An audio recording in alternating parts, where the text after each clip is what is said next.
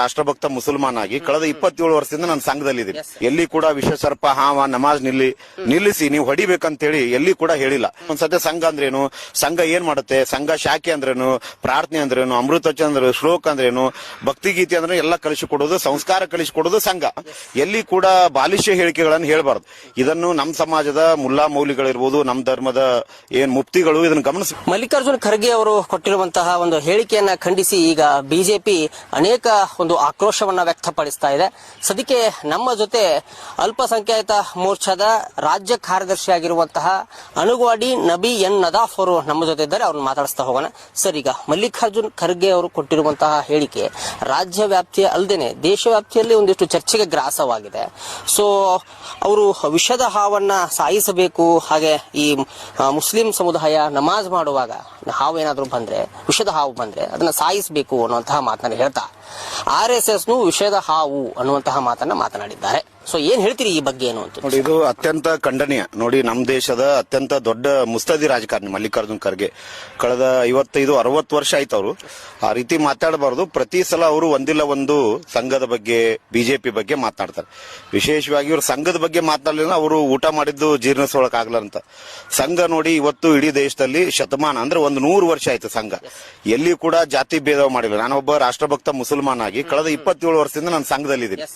ಇದರೊಳಗಡೆ ವಿದ್ಯಾಭಾರತಿ ಇದೆ, ಸೇವಾ ಭಾರತಿ ಇದೆ, ವನವಾಸಿ ಕಲ್ಯಾಣ ಆಶ್ರಮ ಇದೆ, ವಿದ್ಯಾರ್ಥಿ ಕ್ಷೇತ್ರದಲ್ಲಿ ಅಖಿಲ ಭಾರತೀಯ ವಿದ್ಯಾರ್ಥಿ ಪರಿಷತ್ ಇದೆ, ರೈತರ ಕ್ಷೇತ್ರದಲ್ಲಿ ಭಾರತೀಯ ಕಿಸಾನ್ ಸಂಘ ಇದೆ, ರಾಜಕೀಯ ಕ್ಷೇತ್ರದಲ್ಲಿ ಭಾರತೀಯ ಜನತಾ ಪಾರ್ಟಿ ಇದೆ, ಅಖಿಲ ಭಾರತೀಯ ವಿದ್ಯಾರ್ಥಿ ಪರಿಷತ್ ಇರಬಹುದು. ಹೀಗೆ 10 ಹಲವು ಕ್ಷೇತ್ರಗಳಲ್ಲಿ ಇವತ್ತು ಆಯಾಮಗಳಲ್ಲಿ ಸಂಘ ಕೆಲಸ ಮಾಡ್ತಾ ಇದೆ.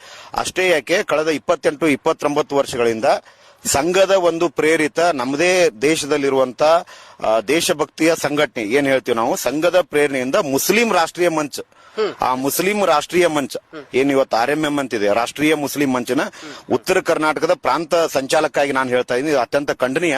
ಈ ರೀತಿ ಮಲ್ಲಿಕಾರ್ಜುನ್ ಖರ್ಗೆ ಹೇಳಬಾರ್ದು. ಇದು ತಮ್ಮ ರಾಜಕೀಯ ಬೇರೆ ಮಾಡ್ಲಿ, ಅವರು ಕಾಂಗ್ರೆಸ್ ಬಿಜೆಪಿ ಅವ್ರ ಪರ ವಿರೋಧ ಮಾಡ್ಲಿ.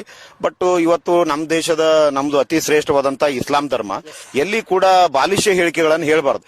ಇದನ್ನು ನಮ್ಮ ಸಮಾಜದ ಮುಲ್ಲಾ ಮೌಲಿಗಳಿರ್ಬೋದು, ನಮ್ಮ ಧರ್ಮದ ಏನ್ ಮುಫ್ತಿಗಳು ಇದನ್ನು ಗಮನಿಸಬೇಕು.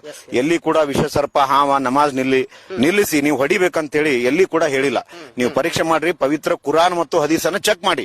ಮಲ್ಲಿಕಾರ್ಜುನ್ ಖರ್ಗೆ ಅವರಿಗೆ ನಾನು ನಿಮ್ಗೆ ವಿನಂತಿ ಮಾಡ್ತೀನಿ, ನೀವು ಬಹಳ ನಮ್ಮ ರಾಜ್ಯದ ಪ್ರಭಾವಿ ಮತ್ತು ಪ್ರಸಿದ್ಧ ಮತ್ತು ಮುಸ್ತದಿ ರಾಜಕಾರಣಿಗಳಿದ್ರೆ, ಸಂಘದ ಬಗ್ಗೆ ಅಪಪ್ರಚಾರವನ್ನ, ಸಂಘದ ಬಗ್ಗೆ ಟೀಕೆಯನ್ನ ನೀವೆಲ್ಲೂ ಮಾಡಬಾರ್ದು.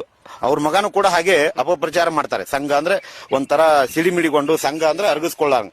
ಸಂಘ ಇವತ್ತು ದೇಶದಲ್ಲಿ 100 ವರ್ಷಗಳ ಕಾಲ ಕೆಲಸ ಮಾಡಿ ಇಡೀ ದೇಶದಲ್ಲಿ 43 ಅಂಗ ಸಂಸ್ಥೆಗಳು ವಿವಿಧ ಪ್ರಕಲ್ಪಗಳಲ್ಲಿ ಕೆಲಸ ಮಾಡ್ತಾ ಇದೆ.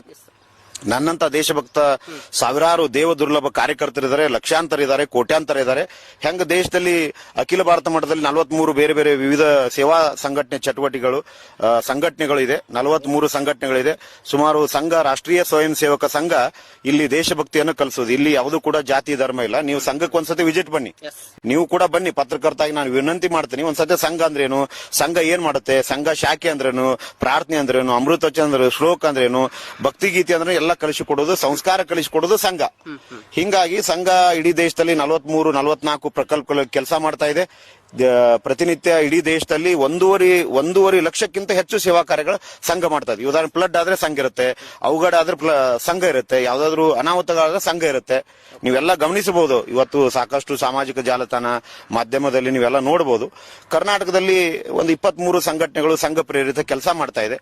ಇದು ನಾನು ಅತ್ಯಂತ ಉಗ್ರವಾಗಿ ಮಲ್ಲಿಕಾರ್ಜುನ್ ಖರ್ಗೆ ಅವರು ಮತ್ತು ಅವ್ರ ಮಗ ಏನಾದಂತ ಗ್ರಾಮೀಣ ಮತ್ತು ಪಂಚಾಯತ್ ರಾಜ್ಯ ಇವತ್ತಿನ ರಾಜ್ಯದ ಸಚಿವರೇನಿದ್ದಾರೆ ಪ್ರಿಯಾಂಕಾ ಖರ್ಗೆ ಅವರು ಕೂಡ ಎಚ್ಚರಿಕೆ ನೀಡ್ತೀನಿ, ಈ ರೀತಿ ಹೇಳಬಾರದು. ಈ ರೀತಿ ಹೇಳಿದ್ರೆ ಬರುವಂತಹ ದಿನಮಾನಗಳಲ್ಲಿ ನಮ್ಮ ಭಾರತೀಯ ಜನತಾ ಪಾರ್ಟಿ ಮತ್ತು ಸಂಘ ಇವರನ್ನು ಸುಮ್ ಬಿಡಲ್ಲ ಅಂತೇಳಿ ನಾ ಈ ಮೂಲಕ ನಮ್ಮ ಭಾರತೀಯ ಜನತಾ ಪಾರ್ಟಿ ಅಲ್ಪಸಂಖ್ಯಾತರ ಮೋರ್ಚಾದ ಪರವಾಗಿ ಮತ್ತು ಮುಸ್ಲಿಂ ರಾಷ್ಟ್ರೀಯ ಮಂಚಿನ ಉತ್ತರ ಪ್ರಾಂತ ಸಂಚಾಲಕಾಗಿ ನಾ ಎಚ್ಚರಿಕೆಯನ್ನು ಅವರಿಗೆ ನೀಡುತ್ತೇನೆ. ಸರಿ, ಖರ್ಗೆ ಕೊಟ್ಟಿರುವಂತಹ ಹೇಳಿಕೆ ಇದು ಕಪೋಕಲ್ಪಿತನ ಹೇಗೆ ಅಂತ? ಇದು ಅವ್ರದ್ದು ಒಂದು ನ್ಯೂಸೆನ್ಸ್, ಅಂದ್ರ ನ್ಯೂಸೆನ್ಸ್ ಮಾಡೋಕ್ ಹೇಳ್ತಾರೆ. ಕಪೋಕಲ್ಪಿತ ಅಂತ ಏನ್ ಹೇಳ್ತಾರೆ, ಈ ರೀತಿ ಇಲ್ಲ. ಸುಮ್ನೆ ಅವರು ಕುರಾನ್ದಲ್ಲಿದೆ, ಹದೀಸ್ದಲ್ಲಿದೆ, ಇದೆಲ್ಲ ಆ ರೀತಿ ಅಪಪ್ರಚಾರ ಮಾಡಬಾರ್ದು. ಇಡೀ ಜಗತ್ತಿನಲ್ಲಿ ಶಾಂತಿಯನ್ನ ಬಿಂಬಿಸುವಂತ ಇಸ್ಲಾಮದ ಬಗ್ಗೆ ಇವತ್ತು ಬೇರೆ ಆಯಾಮಗಳು, ಬೇರೆ ಪ್ರಕಲ್ಪಗಳು, ಬೇರೆ ಹಾವಭಾವಗಳು ಹೋಗ್ತಾ ಇದೆ.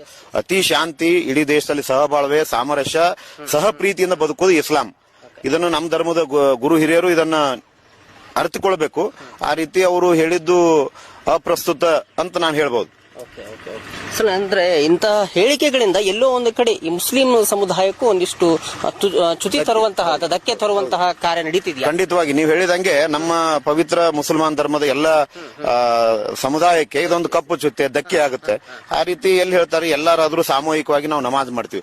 ಇಲ್ಲಿ ಯಾರು ಮೇಲು ಕೀಳು ಇಲ್ಲ. ನೀವೊಬ್ಬರು ರಾಜ್ಯದ ಮುಖ್ಯಮಂತ್ರಿ ಆದ್ರೆ, ನೀವೊಬ್ಬರು ಸಚಿವರಾದ್ರೆ ಬಂದು ನಾವೇನು ಜಮಾತ್ ನಿಲ್ತೀವಿ, ನಾವೇನು ನಮಾಜ್ ಸಮಯ ಕರೆಕ್ಟ್ 5 ಬರೆ ನಮಾಜ್ ಮಾಡ್ತೀವಿ, ಅಲ್ಲಿ ಸರಳವಾಗಿ ಬಂದು ನಿಲ್ಬೇಕು. ಇಲ್ಲ ನಾನು ಮುಖ್ಯಮಂತ್ರಿ ಅದೀನಿ, ನಾ MLA ಅದೀನಿ, CM ಅಂದ್ರೆ ಇಲ್ಲ. ಎಲ್ಲಾರು ಕೂಡ ಅಲ್ಲಿ ವಜು ಮಾಡ್ಕೊಂಡು ಪಾಕಾನೆ ವಜು ಮಾಡ್ಕೊಂಡ್ ಬಂದು ಸರಳವಾಗಿ ನಿಂತು ನಾವು ನಮಾಜನ್ನು ಮಾಡ್ಬೇಕು. ಇಲ್ಲಿ ಯಾರು ಮೇಲಲ್ಲ ಕೀಳಲ್ಲ. ನಮ್ಮ ಸನ್ನಿಧಾನದಲ್ಲಿ ಅಲ್ಲಾನ ಸನ್ನಿಧಾನ ಏನಿದೆ ಎಲ್ಲರೂ ಕೂಡ ಸಮಾನ ದೃಷ್ಟಿಯಿಂದ ನೋಡುವಂತ ಇಸ್ಲಾಂ ಧರ್ಮ. ಈ ತಮ್ಮ ಪ್ರಚಾರಕ್ಕಾಗಿ ಹುಚ್ಚು ಬರದ ಅವರು ನ್ಯೂಸೆನ್ಸ್ ಪಬ್ಲಿಸಿಟಿಗಾಗಿ ಈ ರೀತಿ ಹೇಳಿಕೆಯನ್ನ ಹೇಳಬಾರ್ದಂದು ನಾನು ಕಠೋರವಾಗಿ ಮಲ್ಲಿಕಾರ್ಜುನ್ ಖರ್ಗೆ ಅವರನ್ನ ಖಂಡನೆ ಮಾಡುತ್ತೇನೆ. Okay sir, thank you sir.